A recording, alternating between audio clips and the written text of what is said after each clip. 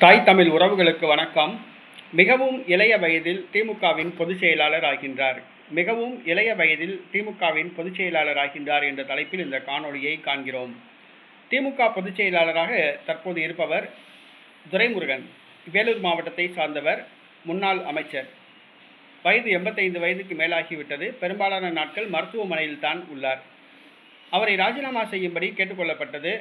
2028ஆம் ஆண்டு வரை தனக்கு பதவிக்காலம் உள்ளதால் தான் ராஜினாமா செய்ய மாட்டேன் என்று பிடிவாதமாக இருந்தார். தற்பொழுது அவருடைய பேத்தி திருமணம் முடிவடைந்த பிறகு பொதுச் செயலாளர் பதவியை ராஜினாமா செய்ய திட்டமிட்டுள்ளார். பொதுச் செயலாளர் பதவிக்கு கனிமொழி, ராசா, TR பாலு, உதயநிதி ஆகியோர் போட்டியிடுகின்றனர். இந்த சூழ்நிலையில் லண்டன் திரும்பி வந்ததும் தமிழ்நாடு முன்னாள் முதலமைச்சர், திமுக தலைவர் புதிய பொதுச் செயலாளர் யார் என்பதை அறிவிக்கிறார்.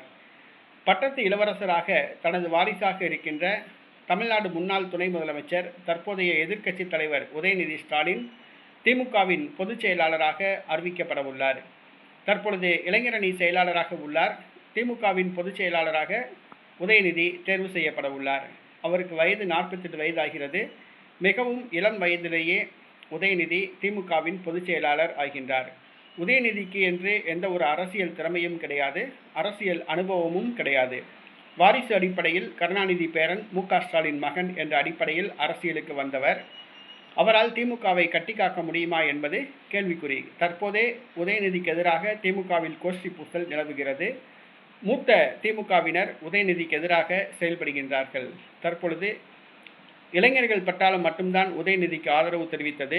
ஜோசப் விஜய் வருகையால் அதுவும் போய்விட்டது. தற்பொழுது திமுக இளைஞரணி தள்ளாடி கொண்டிருக்கிறது.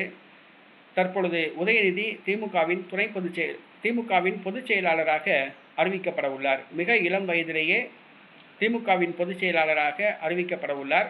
ஜோசப் விஜய்க்கு கடும் போட்டி, நெருக்கடி கொடுப்பதற்காக இந்த முடிவு எடுக்கப்பட்டுள்ளதாக கூறப்படுகிறது.